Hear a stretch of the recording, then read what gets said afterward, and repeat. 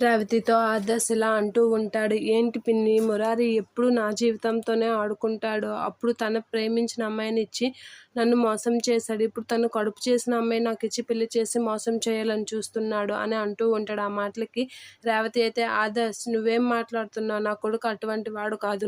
నీకు తెలియదా మురారి ఎటువంటి వాడో?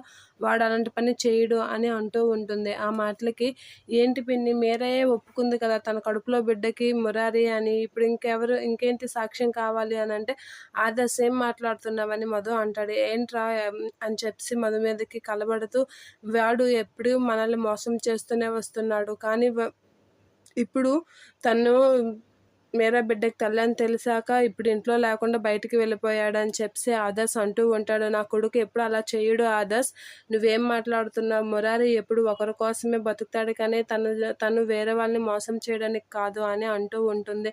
వాడు ఎప్పుడు తన జీవితాన్ని వేరే వాళ్ళకి త్యాగం చేయడానికే చూస్తాడు అని చెప్పి రేవతి అంటూ ఉంటుంది. ఆ మాటలు వెనకనే ముకుంద రేవతికి అసలు అలా చూస్తూ ఉంటుంది. భవానీ అయితే ఏం మాట్లాడకుండా అలా చూస్తూ ఉంటుంది. ఇక ఆదర్శ్ అయితే, మరి ఇప్పుడు వాడు చేసింది ఏంటి పిన్ని?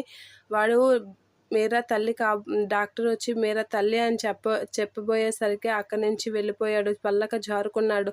వాడిని ఏమనుకోవాలి, నువ్వే చెప్పు పిన్ని అని చెప్పి ఆదర్శ్ అయితే రేవతితో అంటూ ఉంటాడు. మధు వాళ్ళతో కూడా ఇలానే అంటూ ఉంటాడు. ఇక రేవతి ఎంత చెప్పినా ఆదర్శ్ అలానే మాట్లాడుతూ ఉంటాడు. ఇక భవానీ అయితే ఏం మాట్లాడకుండా ఆలోచిస్తూ ఉంటుంది. ఏంటి ఇలా జరిగింది, మురారి ఉంటే కానీ సమస్యకి పరిష్కారం తెలియదు అని చెప్పి అంటుంది.